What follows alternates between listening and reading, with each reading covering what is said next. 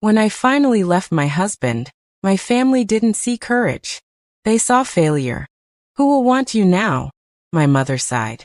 My brother joked about my starter marriage at Thanksgiving. They whispered about my failed little life, while I slept on a friend's couch. Their pity was a cage. So I stopped telling them anything. I spent the next 7 years in silence, building a company in my living room while working 2 jobs. This week, a business magazine put me on their cover. The headline is everywhere. Now my phone won't stop ringing. I let every call go to voicemail. Hello. Welcome to Hurt Stories. There is a particular kind of silence that isn't empty. It's heavy. It's the silence that follows a sentence that should have been a hug. It's the quiet that hangs in the air after your own blood looks at your deepest pain and sees only inconvenience, or worse, a punchline. For me, that silence began the moment I said the words out loud to my family. Mark and I are getting a divorce. It wasn't a surprise to me. The marriage had been a slow, quiet suffocation for years. Mark wasn't a villain, he was a void. A charming, handsome void who expected his life, and my role in it, to be a beautifully curated exhibit of normalcy. My dreams of starting my own textile design studio? A cute hobby, Jules, but let's be realistic. My suggestions for travel, for change, for air? Met with a pat on the head, and a reminder about the mortgage. I shrank to fit the space he allowed, until one day I looked in the mirror and didn't recognize the polite, muted woman staring back. Leaving was the bravest, most terrifying thing I had ever done. It felt less like walking out and more like clawing my way to the surface of a deep, still lake. I emerged gasping, broke and utterly free. I called my mother first, seeking some bedrock of comfort. What I got was quicksand. A long, disappointed sigh traveled through the phone line from Florida. Oh, Juliana. What happened? What did you do? Not are you okay? Not what do you need? The assumption of my culpability was immediate and absolute. You had such a nice life. A nice house, a nice husband. Who will want you now at your age? I was 35. In her eyes, my expiration date had passed. My older brother, David, the successful gastroenterologist, made it a comedy routine. At what would be my first solo family Thanksgiving, held at his meticulously restored brownstone, he raised a glass. A toast to Jules. To her. What do they call it? Starter marriage. Don't worry, sis, the next one will stick. The laughter from my aunts and uncles was like broken glass. I sat there, wearing a dress I'd bought at a discount store with my fast-dwindling savings, and felt myself turning to stone inside. My sister-in-law, Angela, leaned over and whispered, "You can always stay in our guest room if it gets too hard," her eyes shining with the thrilling drama of my downfall. My father, a man of few words, saved his for the car as he drove me back to my temporary sublet, a friend's damp basement studio. Your mother is just worried. This is a mess, kiddo. You had a plan. The house, the kids. Mark was a solid guy. The unspoken verdict. I had blown up the blueprint, and in doing so, I had blown up my worth. Their reactions weren't born of malice, not entirely. They were born of a worldview so small, so rigid, that any deviation was a threat. In their universe, a woman's value was relational and transactional. Daughter, wife, mother. By removing wife from the equation, I had not only devalued myself, I had disrupted their social ledger. I was now a problem to be managed, a flawed product to be remarketed, a walking reminder that the nice life they worshipped could crack. Their mockery, the jokes, the sighs, the helpful pity, was the sound of them trying to force me back into the box I'd escaped. Their love was conditional upon my conformity. So, I made a decision that felt as radical as the divorce itself. I stopped telling them anything. I stopped sharing my struggles, my fears, my tiny victories. I built a wall of pleasant, generic nothings. How's work? Fine. Seeing anyone? Not really. Making ends meet? Getting by. I became a master of the non-answer. I withdrew. I cancelled visits. I sent på lite. Bland textre please. I created a quarantine zone around my real life. Their noise became a distant, irritating hum I could choose to tune out. And in that sacred self-imposed silence, I began to build.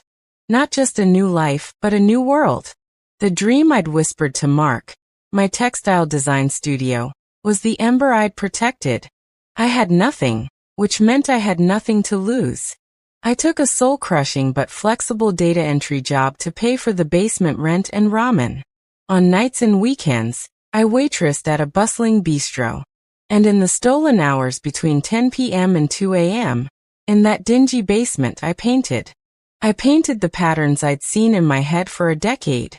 Florals that weren't pretty, but fierce and tangled. Geometrics that pulsed with an almost tribal energy. I worked with sustainable dyes on scraps of salvaged fabric, developing a signature look. Vibrant, alive, deeply textured, with a story in every thread. I sold my first piece on Etsy, a set of hand-dyed napkins, to a woman in Oregon. Then another. I poured every penny back into materials. I taught myself digital design, photography, social media not for likes, but as a lifeline. I called my micro-business Wild Thread Studio. It wasn't a cute hobby. It was my midnight rebellion. The turning point came in year 3. A boutique hotel in Brooklyn, known for its eclectic, arts-forward vibe, was renovating. Their interior designer stumbled upon my Etsy shop. She ordered a sample of my Storm Flora pattern on linen. A week later, she called, not emailing, calling. "Who are you?" she asked. "This is incredible. We want it." For the headboards in 40 rooms. And for the lobby drapes. It was an order that required capital I didn't have, equipment I didn't own, and space that wasn't a basement. It was an impossible mountain. A year before, I would have crumbled. But the Juliana who had been forged in the furnace of her family's dismissal simply got quiet. I calculated. I found a small business grant for women entrepreneurs. I maxed out a carefully obtained credit card. I rented a derelict storefront with a back room I could use as a studio. I worked 20-hour days for 4 months, dyeing, sewing, pressing. I delivered the order on time. The check that cleared didn't just pay off the debt, it bought me a future. Wild Thread Studio became a real company. I quit the data job. I hired 1, then 2 assistants. My designs, rooted in resilience and reclaimed beauty, struck a chord. They were featured in a niche design blog, then a major shelter magazine. The orders shifted from boutiques to larger design firms, then to a contract with a major, ethically minded home goods retailer. The impossible mountain became a foothill I'd left behind. Through all of this, the panic, the triumph, the bone-deep exhaustion, the dizzying success, my family heard nothing. To them, I was still Jules who's getting by. When I flew to Paris for a fabric trade show, my Instagram was a carefully curated blank. When I moved into a light-filled loft that also served as my studio, I told them I'd found a nicer apartment. When I was profiled in a trade journal, they didn't know it existed. The facade cracked, as it had to, in the most public way possible. Forbes, not the main magazine but their next 1,000 list, focusing on high-growth small businesses. A journalist had found me through the retailer contract. She spent a day with me, asking not just about business, but about the inspiration. And I told her, not about Mark, but about the silence after. About building a language of color and texture when the words of your own family fail you. About creating value from what others discard. It was a story of quiet defiance. The article came out online. It was flattering, powerful. Then they decided to feature it in their monthly print magazine's Founders to Watch section. With a photo.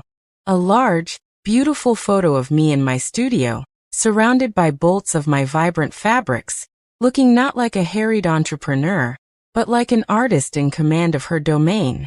The headline, Woven from Resilience. How Juliana Vance Built a Textile Empire from the Ground Up. The magazine hit newsstands and subscriber mailboxes on a Tuesday. My mother, a devoted Forbes reader because it's important to follow the markets, saw it. I know because my phone, silent for years on anything meaningful, began to vibrate at 8:05 a.m. A call from Mom. Then Dad. Then David. Then Angela. A text from my cousin. OMG, is this you? A Facebook message from an aunt I hadn't spoken to since the divorce. So proud of our girl. I let every call go to voicemail. I put my phone in a drawer. I brewed a cup of tea and sat at my enormous cutting table, sunlight streaming in, and listened to the silence. But this silence was different. It wasn't the heavy silence of their dismissal. It was a rich, deep, powerful quiet. The quiet of a fortress that had withstood its siege. The voicemails were masterpieces of cognitive dissonance.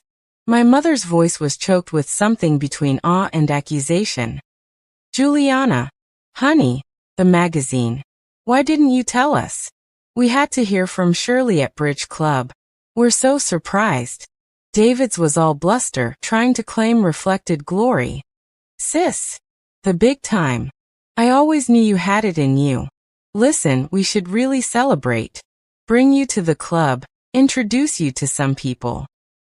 Angela's was pure, unvarnished avarice. Jules, the article is amazing. Your fabrics would be perfect for the sunroom Reno. Do you have a family discount? There was no I'm sorry. No, we were wrong. No recognition of the years of struggle they'd met with jokes and pity. There was only the shock of my success, and the immediate, scrambling attempt to rewrite history. To pretend they'd been supporters all along, or to find a way to benefit from the phenomenon they'd mocked. Their burn wasn't caused by my anger. I never sent a fiery email, made a gloating call. I didn't have to. The article, the photo, the tangible, irrefutable evidence of my empire, did all the burning for me. It burned the narrative they'd constructed. The narrative of the pitiful, discarded divorcee. It burned their certainty in their own superiority. It burned the very idea that they had any idea who I was. The heat they felt was the heat of their own condescension turning back on them. I did eventually call them back. A week later. I was calm, pleasant, and utterly detached. Oh, the article? Yes, that was nice of them. I accepted their congratulations with a simple thank you. I declined the invitation to the club. I'm swamped with orders, David. It's a busy time. I offered Angela a trade discount. The same one I gave all interior designers, with a polite, professional invoice to follow. I reinstated them into my life, but on a new map, one where they were distant outposts, not the capital city. My success burned them because it proved in glossy national print that their most deeply held beliefs about me, and about what gives a woman value, were not just wrong, but laughably, spectacularly backwards. They valued the container, the marriage, the house, the appearance. I had built something of substance. They thought I was nothing without a husband. I became my own foundation. The final, perfect twist was unintentional. The home goods retailer, inspired by the Forbes piece, proposed a collaboration named after my first collection, the Phoenix line. Bedding, drapery, upholstery fabric. The promotional tagline? Rising from the ashes. Beauty forged in fire. I didn't choose it, but when I saw it, I smiled. It was all there. My story, sanitized for retail, but the truth was in the weave.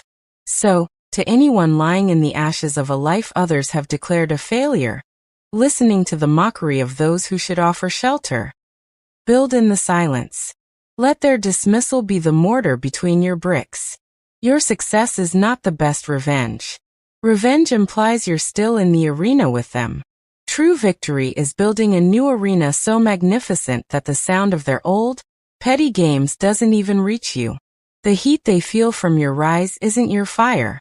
It's the embarrassing, uncomfortable glow of their own outdated judgment. finally visible in the light you created. Let them sweat. You've got a world to weave. Thanks for listening. If you want to hear more story like this, please like the video and subscribe the channel. Hit the bell icon to get notified.